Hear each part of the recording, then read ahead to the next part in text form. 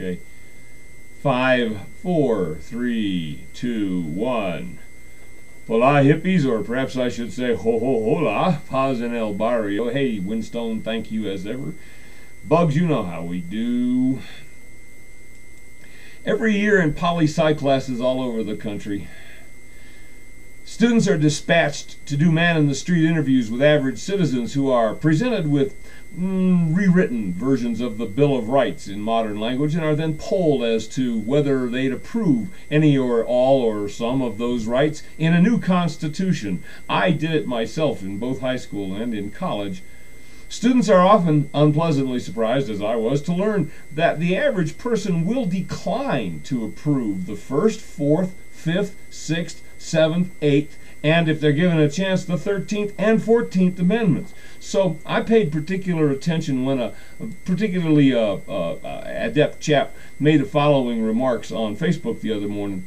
I believe that it is increasingly difficult to construct a theory of democratic constitutionalism applying our 21st century norms that vindicate the constitution under which we are governed today. Our 18th century ancestors had little trouble integrating slavery and rank subordination of women into their conception of political order, for example. And he concluded with a sensible plea to have a kind of constitutional do-over. And it's hard to argue against, hard not to agree, but I do object.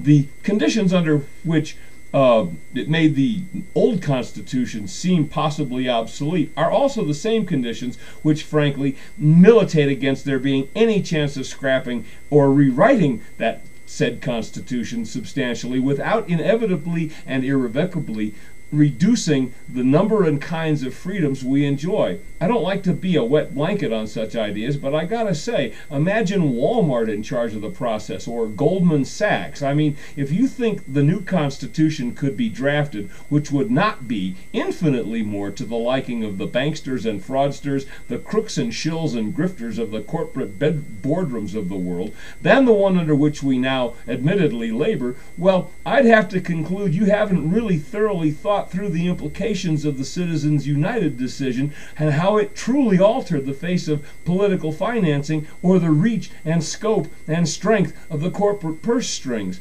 I'd estimate there is exactly zero chance that the free speech clause of the First Amendment would survive a new constitution. It'd probably be supplanted by a clause protecting the right of propagandists to lie to you. You'd never hear a word about the Fourth Amendment. It would disappear without a trace, and probably the Fifth, too. I mean, why should you need to protect yourself if you're not doing anything wrong? I hope you see the problem with this, hippies.